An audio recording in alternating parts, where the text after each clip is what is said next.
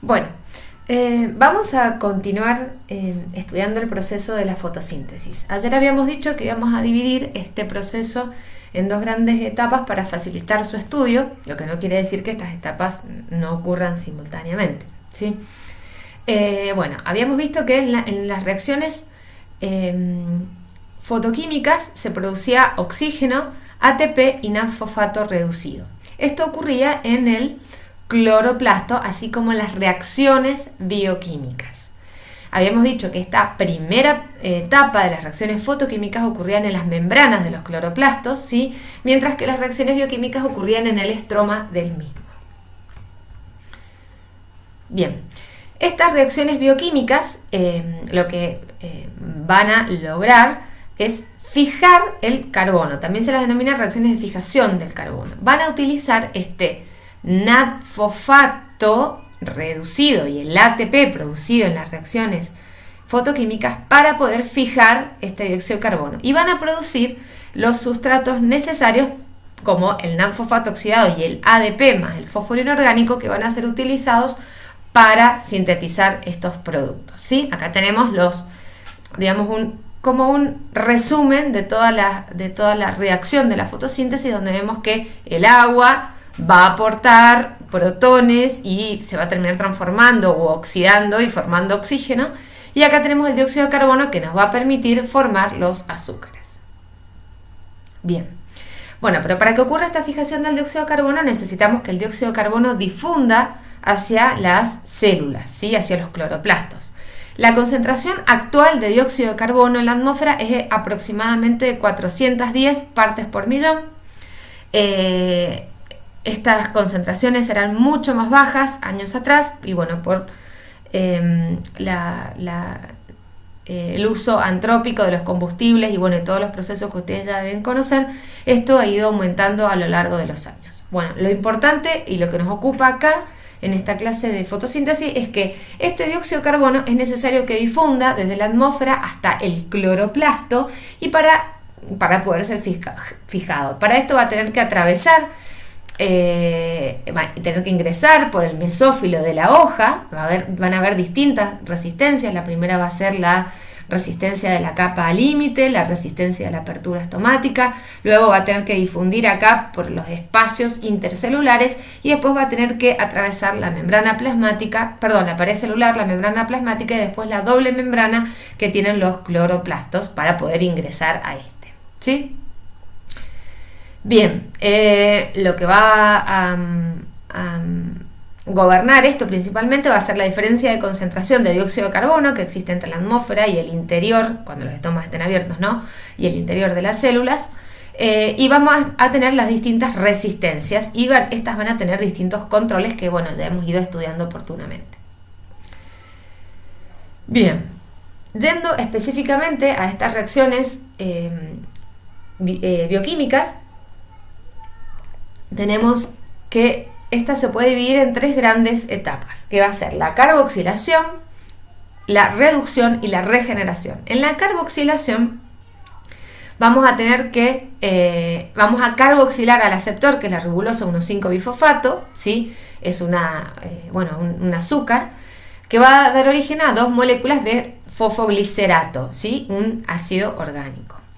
Este ácido orgánico después va a ser reducido y se va a formar un gliceraldehído, ¿sí? Y a partir de este gliceraldehído después se va a sintetizar la sacarosa del almidón. Luego, a partir de este gliceraldehído vamos a tener que condensar moléculas y para poder formar una molécula de 5 carbonos durante la regeneración, que es la otra de las etapas para formar esta ribulosa 1,5-bifosfato. Bien. Yendo específicamente a cada una de estas etapas, tenemos que la carboxilación va a ser catalizada por una enzima que se llama rubisco, ¿sí? Ya vamos a hablar en detalle de ella.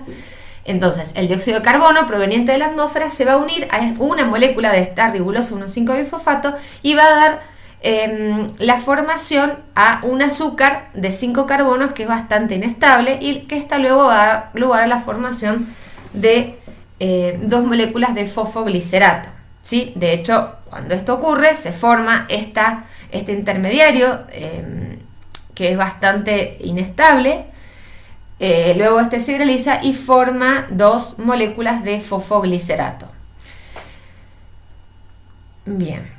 En la etapa de la reducción, el fosfoglicerato se reduce a una triosa fosfato, que sería este gliceraldehído, 3-fosfato, ¿sí? Que después puede ser utilizado para sintetizar sacarosa y almidón. Por último, para regenerar y para finalizar este ciclo, necesitamos que se regenere esta ribulosa 1,5-bifosfato, que va a ser el primer sustrato, ¿sí? de esta reacción, de esta serie de reacciones en realidad. Y para que suceda esto hay una serie de pasos que nosotros no lo vamos a estudiar en detalle, y para que se regenere voy a necesitar ATP y a partir del gliceraldehído bifosfato, el gliceraldehído 3-fosfato, voy a obtener esta ribulosa 1,5-bifosfato. Bien, entonces, para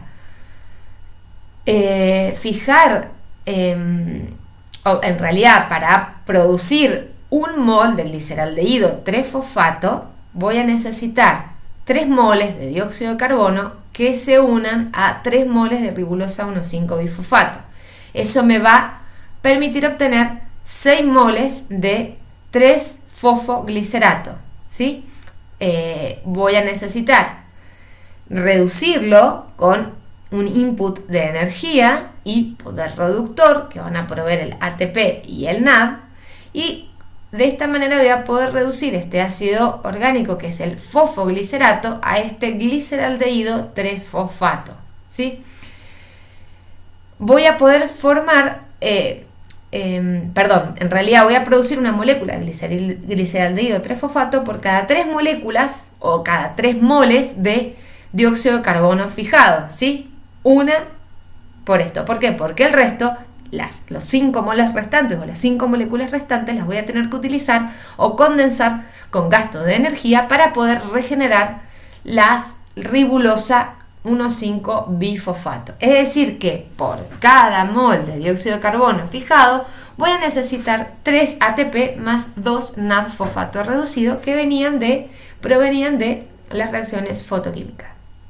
En esta diapo podemos ver la interdependencia, que ya la mencionamos previamente, pero está de nuevo acá puesta para que recordemos y no olvidemos esta interdependencia de la etapa fotoquímica y la etapa bioquímica. Es decir, acá tenemos la etapa fotoquímica que ocurre en la membrana del tilacoide, como habíamos dicho, producen NAD-fosfato y ATP que son utilizados en la reducción y en la regeneración del aceptor, en la reducción del gliceraldehído 3-fosfato en la reducción del fosfoglicerato para formar gliceraldehído 3-fosfato y luego en la regeneración de la ribulosa 1,5-bifosfato. Es decir, que el ADP y el NAD-fosfato que se producen en esta etapa van a ser utilizados luego como sustrato para formar el ATP y el NAD-fosfato reducido en la etapa fotoquímica.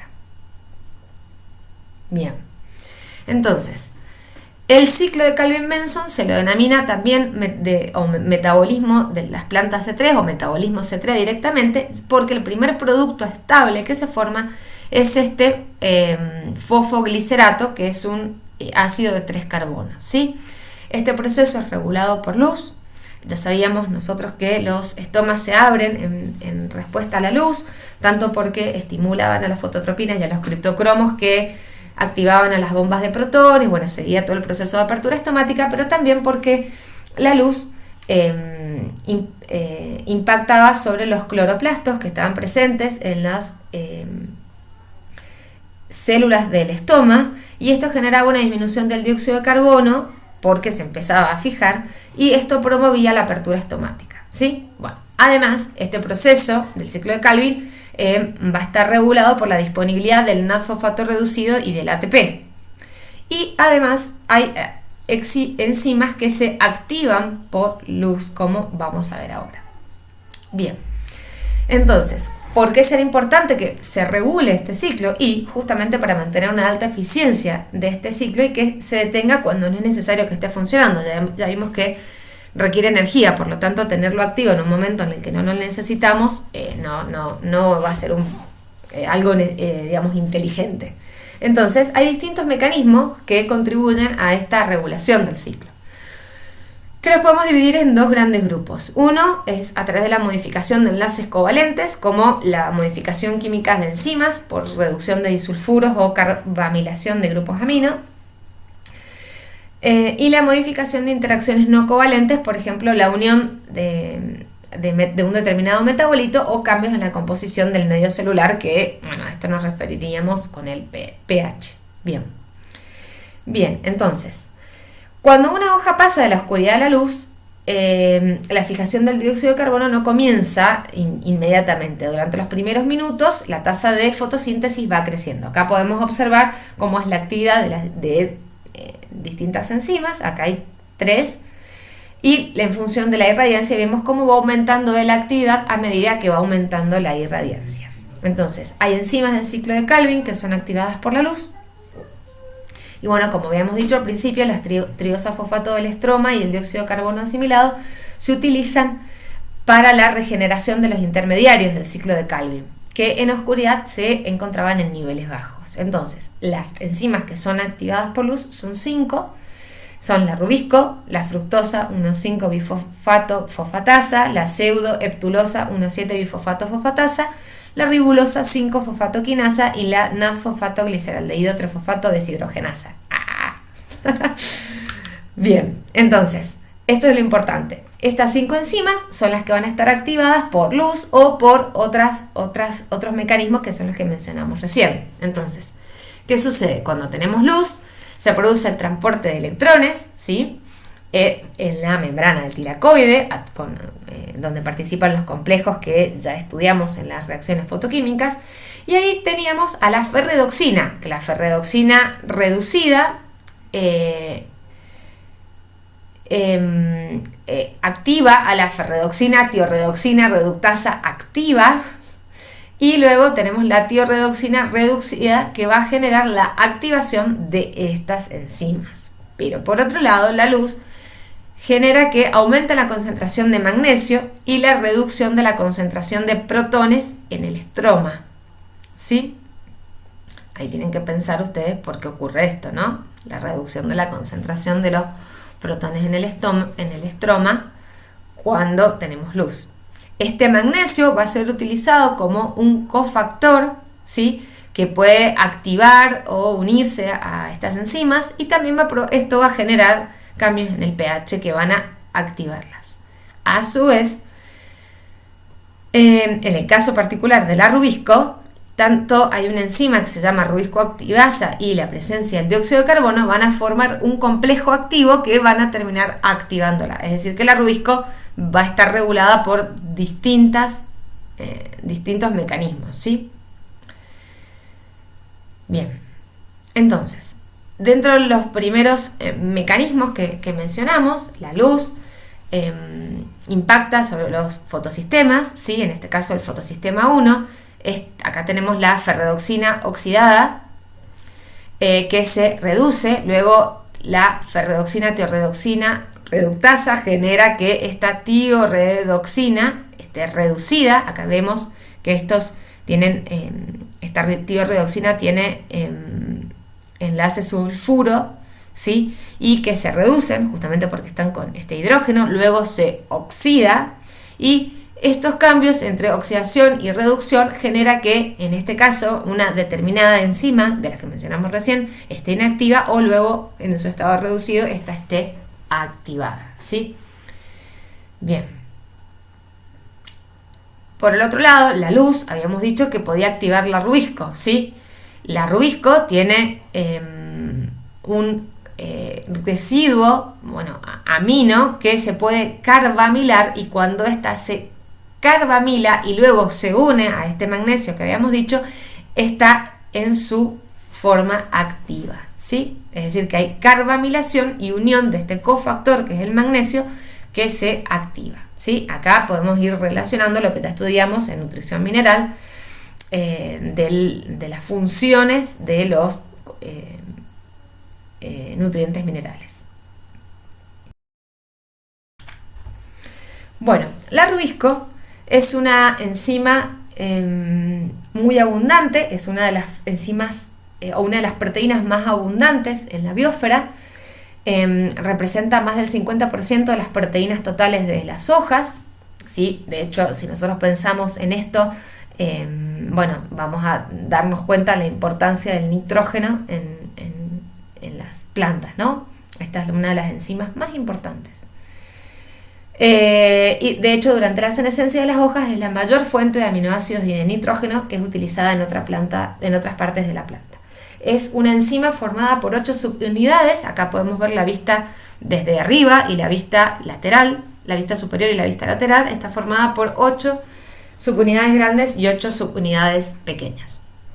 Posee la particularidad de que su sitio activo se puede unir tanto a una molécula de oxígeno o a una molécula de dióxido de carbono. Es decir, que la rubisco puede catalizar reacciones de carboxilación y de oxigenación, ¿sí? Entonces, a la rubisco se va a unir la ribulosa 1,5-bifosfato, ¿sí? Que la tenemos acá, y el dióxido de carbono o el oxígeno. Y en el primer caso, cuando se une el dióxido de carbono, se van a formar moléculas de 3-fosfoglicerato, como vemos acá en esta representación, o en este sitio activo de la rubisco se van a unir la ribulosa 1,5-bifosfato y el oxígeno, y en ese caso van a dar lugar a la formación de una molécula de 3-fosfoglicerato, pero también a una molécula de 2-fosfoglicerato, ¿sí? Cuando ocurra esto, se dice que se produce algo que se denomina como fotorrespiración, o que también es llamado como ciclo C2, ¿sí? Esto no es del todo beneficioso para las plantas porque la formación de este producto, de la actividad oxigenasa de la rubisco, va a costarle energía a la planta y trae asociada la liberación de dióxido de carbono. Justamente si las plantas fijan dióxido de carbono para sintetizar sus azúcares o sus sustratos carbonados, porque son organismos autótrofos, estar perdiendo dióxido de carbono no va a ser del todo bueno. Bien, ya vamos a ver el impacto que tiene. Bien, entonces cuando la rubisco incorpora dióxido de carbono, se forman estas dos moléculas de fosfoglicerato que como ya vimos, están formando parte o van a ser utilizadas en el ciclo de Calvin-Benson y luego van a conducir a la formación de energía, ¿sí? Pero cuando ocurra esto se forma el 2-fosfoglicerato, que va a ser, digamos, este producto de la fotorrespiración y va a generar la pérdida de dióxido de carbono, y luego este 3-fosfoglicerato va a seguir el proceso normal dentro del ciclo de Calvin. Entonces, a través de la fotorrespiración podemos recuperar el carbono del 2-fosfoglicerato en un proceso que requiere energía, pero que también de alguna manera nos genera una pérdida. Ahora lo vamos a ver en detalle para que esto se entienda mejor. Es decir, cuando ocurre la fotorrespiración, este producto, este fosfoglicerato, es decir, cuando ocurre esta oxigenación, este fosfoglicolato que se forma, perdón, no sé si dije fosfoglicerato recién, pero fosfoglicolato, va a seguir una serie de reacciones que involucran a distintas organelas dentro de la célula, que son los peroxisomas, bueno, primero el cloroplasto, que es donde se produce, luego los peroxisomas y las mitocondrias, ¿sí? Bien, ya vamos a ver que en parte este carbono se libera como dióxido de carbono, un poco el carbono de este glicolato, para poder recuperarlo se libera este dióxido de carbono en la mitocondria. Estas reacciones consumen ATP y NAD, ¿sí? No NAD-fosfato, ¿sí? Es un NAD que va a venir del citosol. Bien, en realidad el ATP acá está escrito, el ATP es provisto por la etapa fotoquímica, mientras que el NAD reducido es provisto por el citosol. Bien, entonces, vamos a ver la serie de pasos. Entonces, la fotorrespiración ocurre en varias organelas, como dijimos. En el cloroplasto lo que sucede primero es que el 2-fosfoglicolato, ¿sí? Es convertido a glicolato y es transportado a los peroxisomas. En este peroxisoma, este glicolato es transformado en glioxalato y se produce peróxido de hidrógeno o agua oxigenada. Justamente los peroxisomas son unas organelas que tienen grandes cantidades de catalasa, ¿sí? La catalasa es la enzima que permite detoxificar este peróxido de hidrógeno convirtiéndolo en agua y oxígeno. Bien. Luego este glioxalato se puede transaminar y se convierte en glicina.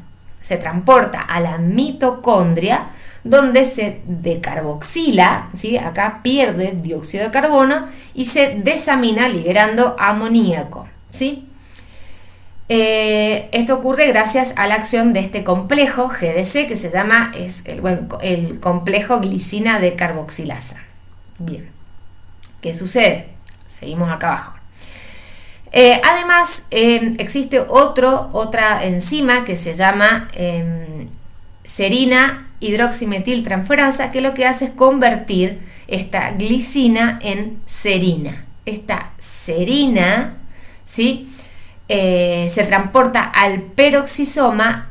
En el peroxisoma se reduce a glicerato y este glicerato es transportado hacia el cloroplasto y acá es fosforilado y forma 3-fosfoglicerato que podría entrar nuevamente al ciclo de Calvin y ser utilizado. Es decir, para convertir este fosfoglicerato, que se fijó gracias a la actividad oxigenasa del arubisco,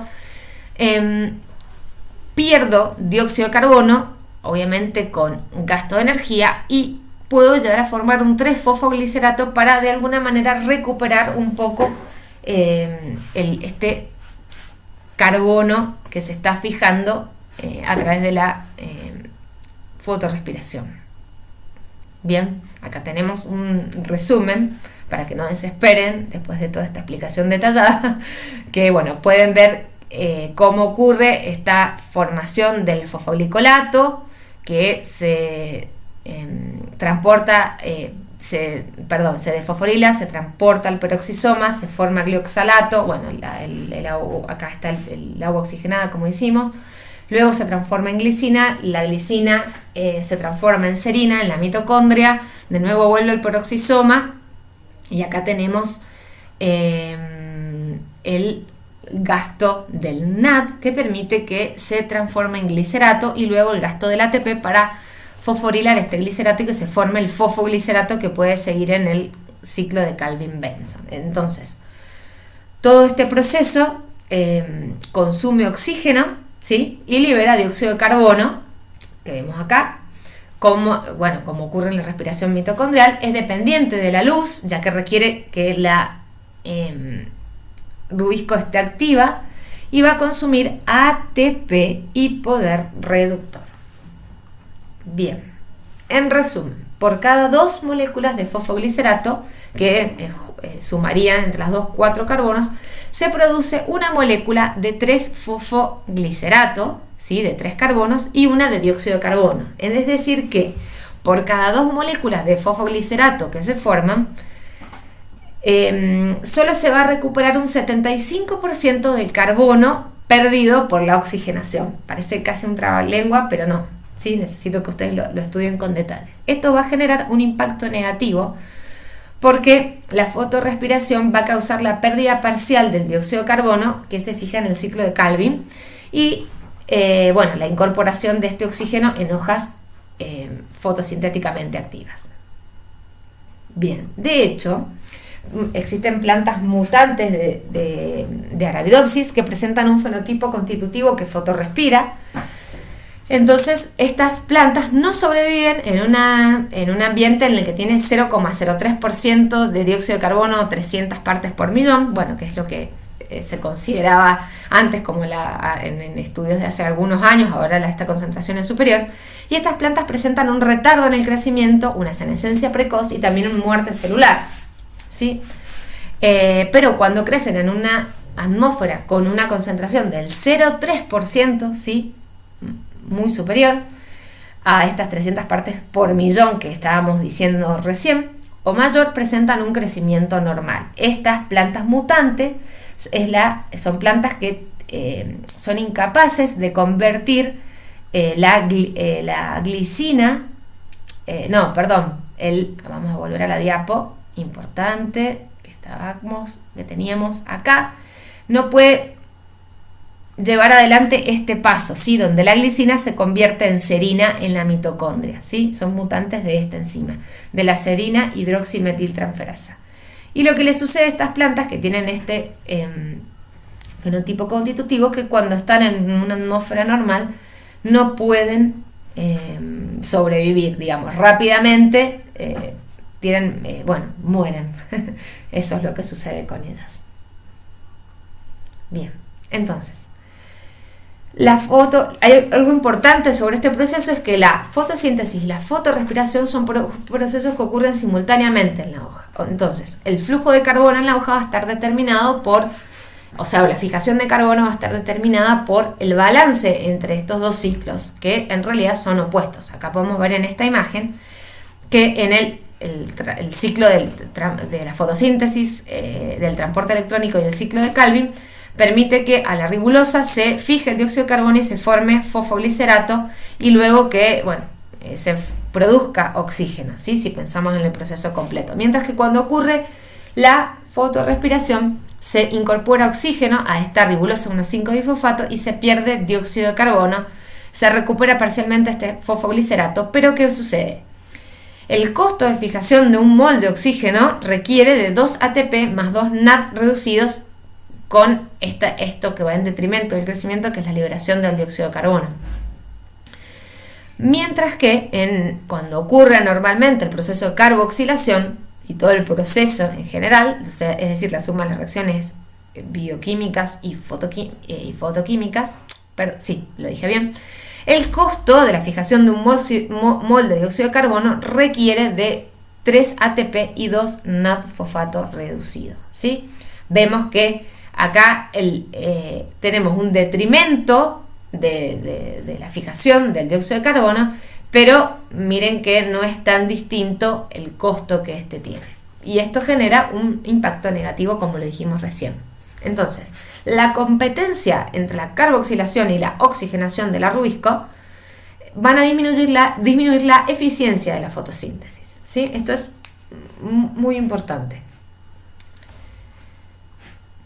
Entonces, el balance entre la actividad carboxilasa y oxigenasa va a depender de las propiedades de la rubisco, que son inherentes a cada especie, de las concentraciones de dióxido de carbono y oxígeno en el ambiente y de la temperatura, ¿sí? Por supuesto que estas concentraciones del oxígeno, del dióxido de carbono y el oxígeno, pueden tener un efecto en el ambiente, pero lo que va a estar limitando más que nada va a ser la apertura y el cierre estomático, ¿sí? Que también sabemos que está afectado por condiciones externas como por ejemplo la sequía.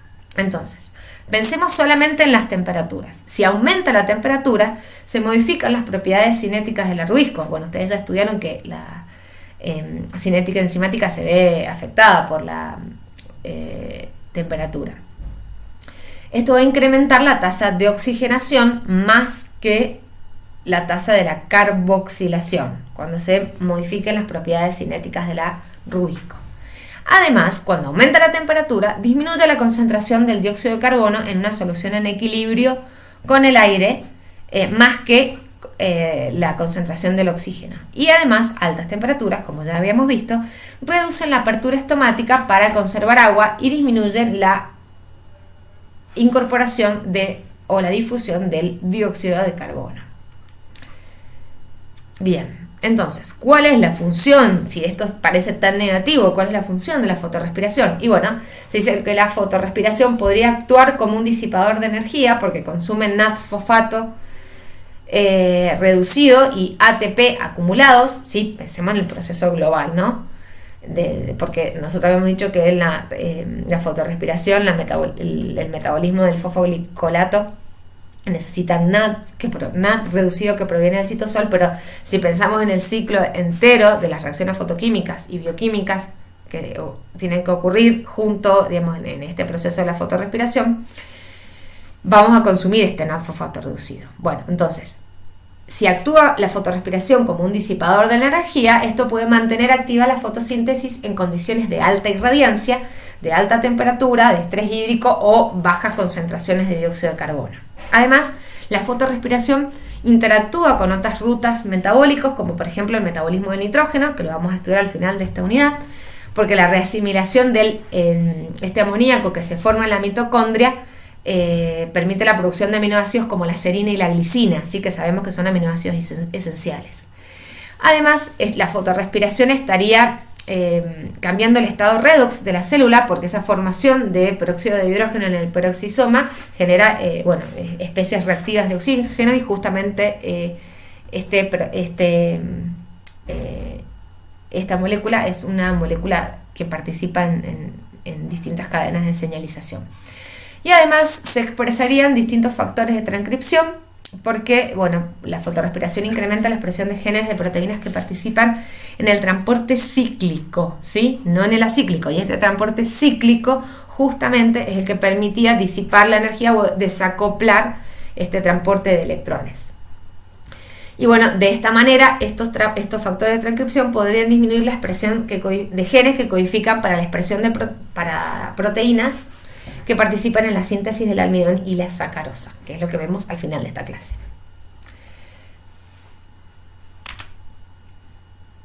Bien. Entonces, las plantas han desarrollado o han evolucionado de alguna manera mecanismos que les permiten concentrar dióxido de carbono en torno al arrubisco. Han sido tres grandes mecanismos los que se conocen: las bombas de dióxido de carbono en la membrana plasmática de las cianobacterias, las plantas que tienen metabolismo C4 y las plantas que tienen metabolismo CAM. Nosotros vamos a estudiar obviamente solo estos dos metabolismos, y esto lo vamos a dejar para que ustedes lo estudien en microbiología. ¿Qué generan estos mecanismos de concentración de dióxido de carbono? Y que el dióxido de carbono se ha fijado previamente por otra enzima, que es la PEP carboxilasa o fosfonolpiruvato carboxilasa, que produce un compuesto de 4 carbonos. Este compuesto de 4 carbonos, ¿sí?, luego se decarboxila cerca o en torno al arrubisco y permite que se lleve el ciclo de Calvin-Benson, de manera que el arrubisco solo funciona carboxilando. Luego se regenera la ribulosa 1,5-bifosfato, y esto sigue normalmente. Por supuesto que hay acá un proceso de regeneración del fosfonolpiruvato, que es el aceptor que es uno de los sustratos de esta fosfonolpiruvato carboxilasa. Bien, entonces este mecanismo de fijación C4 se encuentra en plantas vasculares.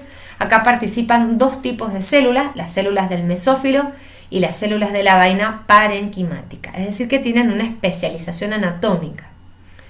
La fijación primaria la realiza esta enzima que mencionamos recién, que es la fosfonolpiruvato carboxilasa, y este mecanismo tiene un costo, o sea, no es gratis para la planta tenerlo, porque implica un gasto de ATP para poder concentrar el dióxido de carbono alrededor del arrubisco.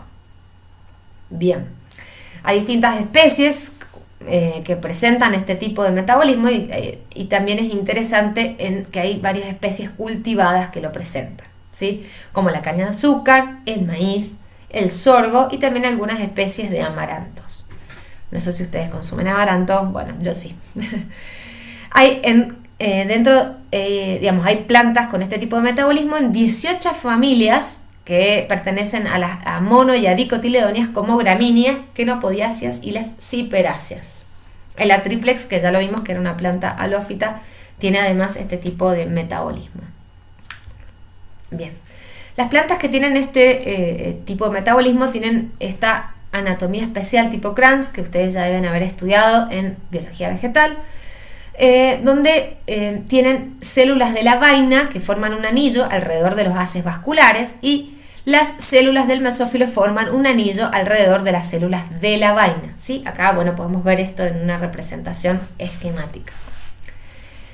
Y acá podemos ver la anatomía comparada de plantas de C3, donde tenemos los haces vasculares y el mesófilo esponjoso, y acá tenemos estas plantas C4 donde vemos esta especialización anatómica en distintas especies, como acá tenemos dos poáceas y la caña de azúcar, y podemos ver específicamente esto que estábamos mencionando acá, ¿sí? Las células de la vaina acá las células del mesófilo y bueno, dentro de estas, estas rodeando los haces vasculares.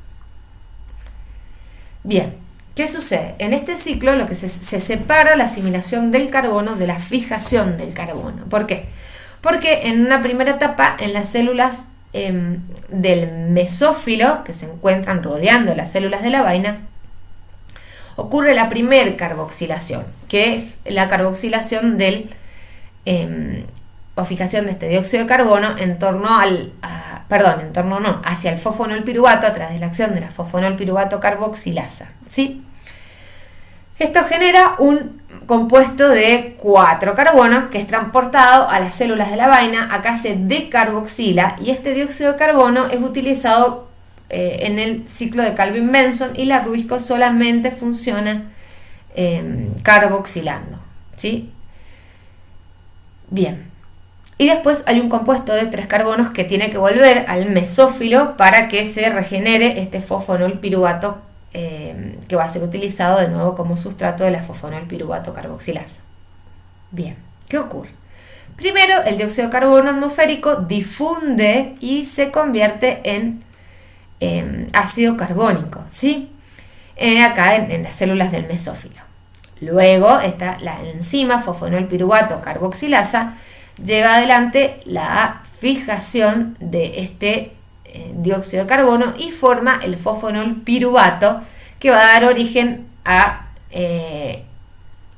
fija este dióxido de carbono o este ácido carbónico y da origen a la formación de un ácido de 4 carbonos. Este ácido de 4 carbonos, generalmente es el malato, difunde hacia las células de la vaina que están muy cerca de los haces vasculares, como habíamos dicho.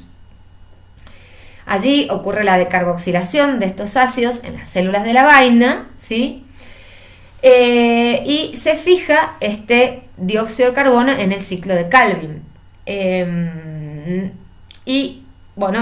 Ocurre normalmente el ciclo de Calvin que ya estudiamos con anterioridad. Luego tiene que regresar este ácido de 3 carbonos a las células del mesófilo para que se regenere el fosfonolpiruvato. Acá tenemos un detalle de este proceso donde tenemos las células del mesófilo y las células de la vaina. Entonces, ¿qué sucede? En las células de la vaina tenemos la fijación del dióxido de carbono a través de la fosfonolpiruvato carboxilasa, se forma el oxaloacetato que a través de la acción de la malato deshidrogenasa que requiere del NAD-fosfato reducido, forma malato, difunde las células de la vaina, luego este se decarboxila, ¿sí? Acá produce NAD-fosfato reducido, ¿sí? Y tenemos piruvato. Este piruvato vuelve a la célula del mesófilo que con gasto de ATP, ¿sí? Forma de nuevo el fosfonolpiruvato. Y así se reinicia el ciclo. Es decir, que para concentrar dióxido de carbono en las células de la vaina necesito 2 ATP por molécula de dióxido de carbono. ¿Cuál es la importancia ecológica de este tipo de metabolismo? Y que estas plantas se encuentran presentes en climas cálidos y secos y que este tipo de metabolismo permite reducir la fotorrespiración, ¿sí? La evita porque porque la Ruisco va a estar carboxilando. Evitamos ese proceso que ya habíamos estudiado recién. Y de esta manera evita la planta también la pérdida de agua. ¿Por qué? Porque como puede concentrar este dióxido de carbono, las plantas C4 no necesitan mantener sus estomas tan abiertos para la incorporación de dióxido de carbono porque ya es fijado previamente por otra enzima. Además, la afinidad de la fosfonolpiruvato carboxilasa por el ácido carbónico permite que la enzima actúe aún en condiciones donde la concentración del dióxido de carbono es bajo. Esto genera, como ya dije recién, menor apertura y menor pérdida de agua y que se evite la fotorrespiración. Bien. Otro metabolismo que permite la fijación de dióxido de carbono o la concentración es el metabolismo de las plantas crasuláceas o las plantas CAM. Estas plantas se encuentran en lugares áridos. Generalmente se los asocia a la familia de las crasuláceas, donde tenemos distintos géneros que lo presentan, como el género Crassula, Kalanchoe, Sedum, etc. También está presente en cactus, ¿sí? Que bueno, no pertenecen a estas familias. La piña, el agave, euforbia y orquídeas. Bueno, la otra particularidad es que la formación de los ácidos C4 está separada en el tiempo, que bueno, los estomas en estas especies se abren durante la noche, cuando la demanda de agua es baja, ¿sí? Es una estrategia importante. Y además, las hojas minimizan la pérdida de agua porque tienen generalmente cutículas gruesas, grandes vacuolas y también estomas pequeños. Tenemos distintas plantas CAM que son cultivadas, como la vainilla, que es una orquídea que nosotros utilizamos por ejemplo, en los helados, bueno, y en distintas preparaciones. El ananá, el aloe vera, ¿sí? Y también hay una planta muy importante, el agave, que permite la producción del tequila y también las fibras de hilo sisal. En el metabolismo CAM tenemos, como ya habíamos dicho, esto separado en el tiempo, ¿sí? Y ocurre el ingreso de dióxido de carbono en la noche cuando los estomas están abiertos. Esto genera que tengamos una menor pérdida de agua. Este ácido carbónico es fijado por la fosfonolpiruvato carboxilasa. Es almacenado como un ácido de 4 carbonos en la vacuola, ¿sí? Durante el día, este ácido se decarboxila, libera este dióxido de carbono que es utilizado por la rubisco para fijarlo al la riguroso 1,5-bifosfato en el ciclo de Calvin-Benson, ¿sí? Esto ocurre, durante el día cuando los estomas están cerrados, ¿sí? Pero durante el día pueden ocurrir las reacciones fotoquímicas, ¿sí? Bueno, en el metabolismo de las plantas CAM dijimos que las plantas tienen los estomas abiertos durante la noche, ¿sí? El dióxido atmosférico difunde y se forma ácido carbónico. También el dióxido de carbono de la respiración mitocondrial puede ser utilizado en este proceso. Acá lo que sucede es que la enzima fosfonolpiruvato carboxilasa une o fija este ácido carbónico y forma oxaloacetato que se reduce a malato con gasto de energía y luego se acumula en la vacuola, que se encuentra en forma de ácido málico por una cuestión de pH de la vacuola. Ustedes sabían, o ya hemos estudiado en las unidades anteriores, que habían unas bombas en las membranas del tonoplasto que bombeaban protones hacia el interior de la vacuola, generando que su pH fuera más ácido.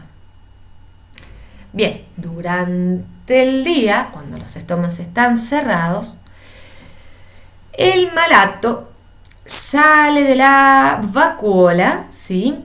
Y hay una enzima que lo decarboxila y deja este dióxido de carbono en torno a cerca de la rubisco, que va a funcionar carboxilando, ¿sí? Y ocurre normalmente este proceso o el ciclo de Calvin. Bueno, algo que también ocurre en las plantas con metabolismo CAM es que se puede acumular almidón en el cloroplasto.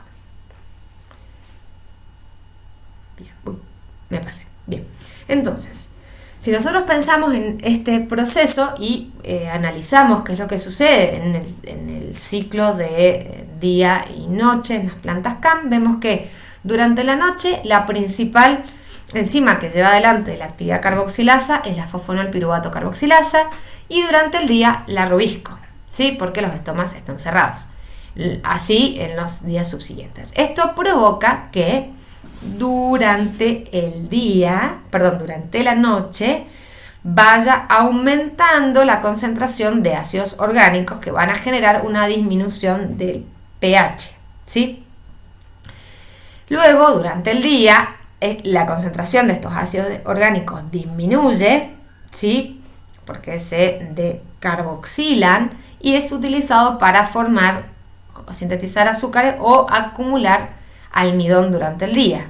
Luego, esto disminuye y aumenta la concentración de estos ácidos orgánicos que van a liberar el dióxido de carbono, que va a ser utilizado por van a liberar, perdón, acá me estoy equivocando, van a liberar el dióxido de carbono durante el día en torno al arbusco y van a ir disminuyendo su concentración. Bien. Se dice que el ciclo CAM posee 4 fases, durante lo que se refieren a lo que ocurre durante la noche, durante el día. Bueno, esto está en alemán. Acá tenemos la asimilación de dióxido de carbono, ¿sí? Como ocurre durante la noche, que es máximo en algún momento, luego disminuye. Hay 2 momentos, en la fase 2 y en la 4, donde hay transiciones en las que ambas enzimas están activas. Y luego durante el día, esta asimilación disminuye. Bien. Y tenemos la concentración de malato en azul, que vemos que va aumentando durante la noche y es máxima cuando termina la noche y luego estos valores disminuyen. Bien, también existen plantas CAM que pueden ser facultativas, es decir, que se induzca el metabolismo CAM en condiciones de estrés, por ejemplo, estrés hídrico, salino o por calor. Un ejemplo es esta planta que se la conoce como planta de hielo, escarcha o escarchada, ¿sí? Que es Mesembryanthemum crystallinum, pero para estudiar eso se utiliza una planta modelo que se llama Thalinum triangulare. ¿Qué sucedió con esta especie que se la sometió a un periodo de restricción hídrica? Bueno, se observó cómo cambiaban el intercambio gaseoso de estas plantas. Vieron que durante el día, acá tenemos día y noche, tenía un máximo cambio se sometió durante un periodo de días a estrés hídrico, se les restringió el riego y vieron que tenían máximo intercambio gaseoso diurno durante los primeros días, y a medida que esta restricción hídrica se acrecentaba, iba cambiando a que empezara a tener intercambio gaseoso durante la noche. Era máximo durante el día, se iba haciendo mínimo durante el atardecer y luego empezaba a incrementarse durante la noche, como podemos observar acá, ¿sí? Empezó este intercambio gaseoso nocturno. Pero cuando se le restableció el riego, empezó esta planta a tener de nuevo un menor intercambio gaseoso durante el día y un aumento de intercambio gaseoso, es decir, de fijación de dióxido de carbono durante el día. Bien, esto acá se cuantificó en esta planta CAM facultativa la acidez titulable al final del día y al final de la noche, y observaron, bueno, que esto se correlacionaba con el intercambio gaseoso, que cambiaba a medida que estaba la planta sometida a estrés hídrico. Bien, entonces, para ir sintetizando, las plantas que tienen metabolismo C4 poseen las reacciones de carboxilación separadas espacialmente entre las células de la vaina y las células del mesófilo, mientras que las plantas CAM tienen las reacciones de carboxilación separadas pero temporalmente. En ambos casos se evita la fotorrespiración y también permiten conservar agua, ¿sí? Principalmente en las CAM. Acá tenemos una tabla donde podemos observar la comparación de distintos aspectos como la anatomía, las enzimas, la temperatura óptima, la tasa de fotosíntesis, si fotorrespiran o no, la eficiencia del uso del agua y la distribución geográfica de estas especies. Bien, ¿qué sucede después? O sea, como producto de todos estos distintos metabolismos, nosotros vamos a tener triosafosfatos. Estas triosafosfatos se van a utilizar para sintetizar o sacarosa o sintetizar almidón. La síntesis de sacarosa ocurre en el citoplasma, mientras que la síntesis de almidón ocurre en los cloroplastos. ¿Sí? ¿Qué sucede? Esta sacarosa se forma a partir de la glucosa, ¿sí? Que la glucosa en realidad se forma por la condensación de dos triosas y puede conducir a la formación de sacarosa, que también puede conducir a la formación de almidón o de celulosa, pero si tenemos estas glucosas se puede generar la condensación de estas para sintetizar amilosa y luego, bueno, almidón. ¿Cómo, dónde y cómo ocurre? Bueno, a partir de las triosafosfato que se sintetizan a partir del ciclo de Calvin-Benson, se puede formar glucosa y almidón que se almacena durante el día en los cloroplastos. Es importante que ustedes reflexionen por qué no se acumula glucosa indefinidamente en el cloroplasto y se tiene que estar formando este almidón. ¿Será por algún efecto osmótico? Pero estas triosafosfatos también pueden ser trasladocadas hacia el citosol a través de un transportador de triosafosfato que hace que estas exosafosfatos se condensen para formar sacarosa, ¿sí? Esta sacarosa también puede entrar en forma de ADP glucosa al cloroplasto también. Pero bueno, esta sacarosa puede ser exportada a través de los vasos de los tejidos vasculares y ir a distintos lugares donde sean necesitadas en la respiración. Ya vamos a ver transporte de fotoasimilados. Durante la noche, en los cloroplastos, este almidón que se forma se puede hidrolizar y formar maltosa y glucosa. Estos a través de translocadores específicos pueden salir al citosol y obviamente pueden formar esta sacarosa que también sea transportada a distintos lugares donde se necesiten, es decir, a los destinos. Entonces, la sacarosa es la forma principal en la cual el carbono fijado se transporta a través del sistema vascular hacia tejidos donde se necesita para ser utilizado en el crecimiento o en el almacenamiento. Se sintetiza en el citosol a partir de triosafosfato que vamos a obtener o sintetizar en el cloroplasto.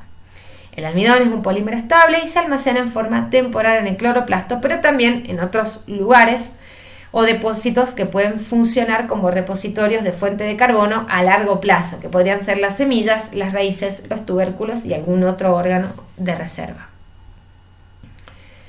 Acá tenemos una foto de un cloroplasto donde se pueden observar los gránulos de almidón. Ustedes tienen que pensar en qué momento del día, bueno, lo acabamos de decir en la diapo anterior, pero recordar en qué momento del día vamos a observar los cloroplastos con gránulos de almidón. Bien, y así como vimos las curvas de fotosíntesis en función de la luz, acá tenemos una curva de fotosíntesis en función de la presión parcial de dióxido de carbono, ¿sí? Acá vemos que a medida que va aumentando la concentración de dióxido de carbono, aumenta la fotosíntesis o la asimilación, ¿sí? Quiere decir que esta primera parte de la curva está limitada por la concentración de dióxido de carbono. A medida que esta va aumentando, esta curva se satura, ¿sí? ¿Qué sucede? Acá hay en esta parte de la curva, quien limita la fijación de este dióxido de carbono es la regeneración de la ribulosa bifosfato.